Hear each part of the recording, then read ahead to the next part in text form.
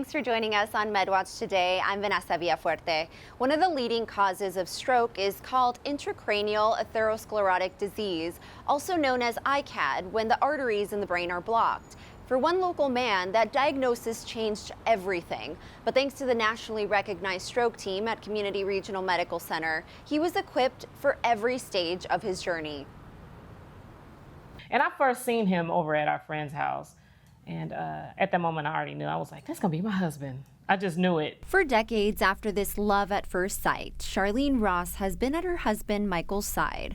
That love and loyalty never changed through the highs and the lows. I came back in the room where we were sleeping, and I had a glass in my right hand, and it moved to my left hand, opened the door, and suddenly the glass just fell out of my hand. My hand just got weak. And I came back in the room and I tried to get back on the chair where I was sitting and fell off the chair. Michael had suffered a stroke and needed an immediate surgery at Community Regional to remove a clot in his brain. That's when doctors saw the plaque buildup along the arteries that supply blood to Michael's brain. And he was doing well until maybe an hour or so later, he became paralyzed on the left side. So then we took him back to the OR where we actually did a stent placement inside that artery to try to hold the artery open so we would have continued flow. After some additional tests, Michael was diagnosed with ICAD, and while not curable, it is something he can manage to reduce the risk of future strokes. Unfortunately, he did have a stroke that has left him with significant weakness on the left side of his body. He has not been able to get out of his wheelchair yet.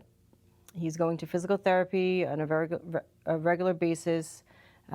He's very determined and motivated to continue to get better. Life after his stroke has brought new challenges, both physical and emotional. Initially, when he had the stroke, it was very daunting because to see him in that condition, you know, we've been married over 20 years. And to see him in that condition, it was just very, it was strange at first to see him not to be able to walk and, you know, to see him in the hospital and then go through those different surgeries. Because in the family, he's known as Iron Mike. He's our patriarch. And so he always takes care of us. And then to see him in that condition, it was just very life-changing, you know.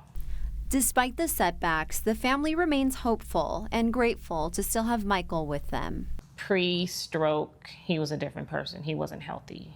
And so, but now, unfortunately, the stroke had to happen in order for his life to have a trajectory shift. You know, he's not going to be the old person that he was. It's like a cocoon. You know, he's a new man. You know, yeah. And so,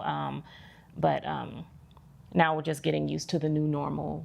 And hope in better days is what Dr. Choe says is critical to Michael's healing journey.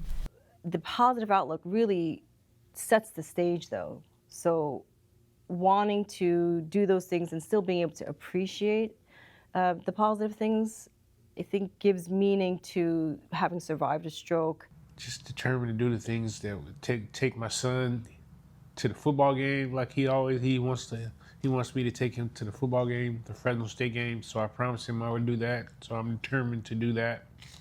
I'm just determined to get out this chair and walk again.